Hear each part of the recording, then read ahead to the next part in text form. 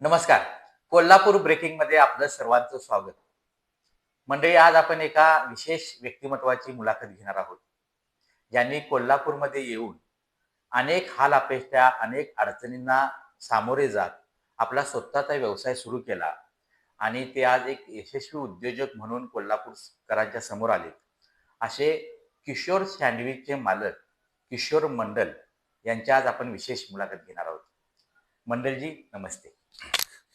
आपला थोडक्यात परिचय आमच्या प्रेक्षकांना करून द्यावा. नमस्कार. मी किशोर नीलकांत मंडळ बोलते. मी कलकत्तामध्ये जन्म झालेला आहे आणि कोल्हापूर मला कर्मस्थान आहे. हे माझा परिचय आहे. वा. किशोरजी, आपण स्वतःचा सँडविच व्यवसाय सुरू केला आणि त्याच्यात आज आपण यशस्वी उद्योजक म्हणून आता समोर आलेला आहात. तुम्ही सँडविच व्यवसायाकडे कसे वळलात? नमस्कार. मी जेव्हा इथे व्यवसायासाठी इथे आलो कोल्हापूरला आलो, तेव्हा मी सुरुवातपासून मी साडीधंदा चालू केला. काही निमित्ताने माझा जरा तोटा झाला आणि मी मार्गदर्शन मला एक माणसाला मिळाले आणि नंतर मी सँडविच सुरू केले. वा. मग सँडविच सुरू करताना सुरुवातीला काय अडचणी आल्या किंवा तुम्ही कुठं सँडविचचा व्यवसाय सुरू केला? जेव्हा माझा साडीधंदा लॉस झालेला आहे, तर तेव्हा मी सुरुवातनं मी नाश्ता सेंटर सुरू केला इथे गुजरातमध्ये. गुजरातला सुरू केल्यानंतर हळूहळू धंदा सुरू झाला आणि नंतर माझ्या ते करताना मी सँडविचची सुरुवात देवकल्पना सुरू केला नंतर 2001ला आणि नंतर मी 2003ला खासबाग मैदान केशवराव भोसले सँडविच सुरू केलेलं आहे. वा. या सँडविच व्यवसायाचं प्रशिक्षण तुम्ही अनेक बेरोजगार तरुणांना दिले, त्याबद्दल काय सांगाल?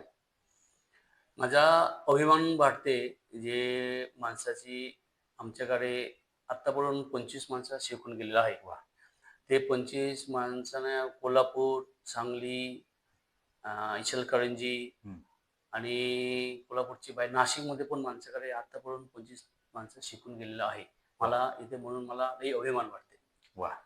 म्हणजे तुम्ही जवळजवळ 25 जणांचे संसार उभे केले असं म्हणायला हरकत नाही. मनापासून हे देवाच्या कृपा आहे. जे माणसाबरोबर माणसाची जे चांगली मार्ग मिळाले, त्यातल्या संसारची सुरुवात झाली माझ्या मोडले त्याला चांगले झाले, मला अभिमान वाटते. वा.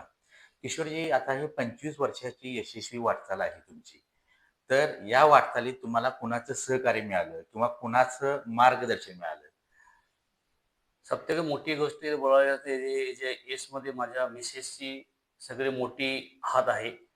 एका टाइम मला असं चालता माझा समय असे होता जे माझ्या मुलाचा दूध घ्यायला पैसा होता. तेव्हा मी माझ्या मनात इच्छा होता की आज माझ्या इथे थांबला जमणार नाही. मी मिसेसला मानलो होता, चला आपण आपल्या गावाला जाऊया. तर मिसेस मला सांगायला लागले, मी ते भांडी घसून खाणार आहे. तर हो, पण मी कोल्हापूर सोडून जाणार नाही. माझ्या लई अजून पण ते आठवण येते मला. तेव्हा मी सुरुवात केली, आज ज्या आहे तुमच्या समोर आहे. वा. आणि तुम्हाला मार्गदर्शन कोणाचं मिळालं? मार्गदर्शन मिळाले आमच्या एक तर सत्य मला माझ्या पत्नी, माझ्या सहभागी, माझ्या काय म्हणायचे एकदा मला मोठा एक एक पण हात होता. माझ्या साडू म्हणून एक होता निर्मल सरकारचे. 2016 साली त्यांनी आम्हाला सोडून स्वर्गवास झाला. तिने मला कायमची साथ तिने दिलेला आहे. म्हणून त्याच्यावर माझ्या पूर्ण श्रद्धा आणि भक्ती पण आहे. आता कोलकाता सोडून तुम्ही कोल्हापुरात आलात आणि आता एक यशस्वी उद्योजक बनला आहात, तर कोल्हापूर शहर कसं वाटलं? माझ्या नशीब आहे आणि मी हमेशा माझ्या मुलाला सांगतोय, जे तुमच्या नशीब चांगले आहे, तुम्ही कोल्हापूर तुम्ही जन्म झालेला आहे. कोल्हापूर असली एक सिटी आहे, जी असली माणूस आहे, मानसिकता आहे, जे प्रश्नच नाही, ज्याला आम्हाला स्वर्ग मिळालाय असेच मला अभिमान वाटते कोल्हापूरला येऊन. वा. म्हणजे कोल्हापूर म्हणजे त्या कोल्हापूरला तुम्ही स्वर्गाची उपमा दिली. खरंच मी तुमचा आभारी आहे. दुसरी गोष्ट, तुमचा असा भविष्यात एखादा ड्रीम प्रोजेक्ट आहे का? किंवा नवीन एखादी काही संकल्पना आहे का? हे पण माझा एक मोठी प्रोजेक्ट सुरुवात केली. ते प्रोजेक्ट संपूर्ण होतपर्यंत आणि ते यशस्वी व्हावापर्यंत मी अजून ते समाजमध्ये बा आम्हाला मित्रमंडळामध्ये अजून मी सांगण्याला इच्छुक नाही आहे. हे माझी इच्छा आहे, जे ते प्रोजेक्ट मोठा होऊ दे आणि आहे सुरुवात सुरुवात झालेला आहे. ते अजून मी सांगू शकत नाही. आधी होऊ दे पूर्ण तेव्हा सांगणार आहे. हां, म्हणजे एखाद्या प्रोजेक्टवर तुम्ही ऑलरेडी आता काम चालू केलेलं आहे आणि ते प्रोजेक्ट घेऊनच तुम्ही समाजासमोर येणार आहात. 100%. हां. तर किशोरजी, तुमच्या आत्तापर्यंतच्या वाटचालीतील एखादा आनंदाचा क्षण किंवा आठवणीत सांगणारी गोष्ट कोणती? माझ्या म्हणजे सत्य आठवणीच्या आमच्या नशीबमध्ये माझा पुत्र 1997 30 मे त्याचा जन्म झाले.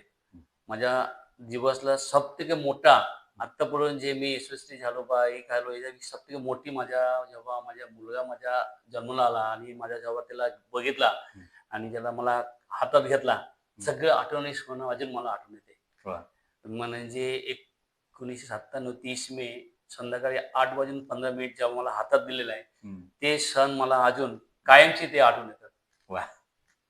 किशोरजी, आत्तापर्यंत तुम्ही यशस्वी अशी वाटचाल केलेली आहे.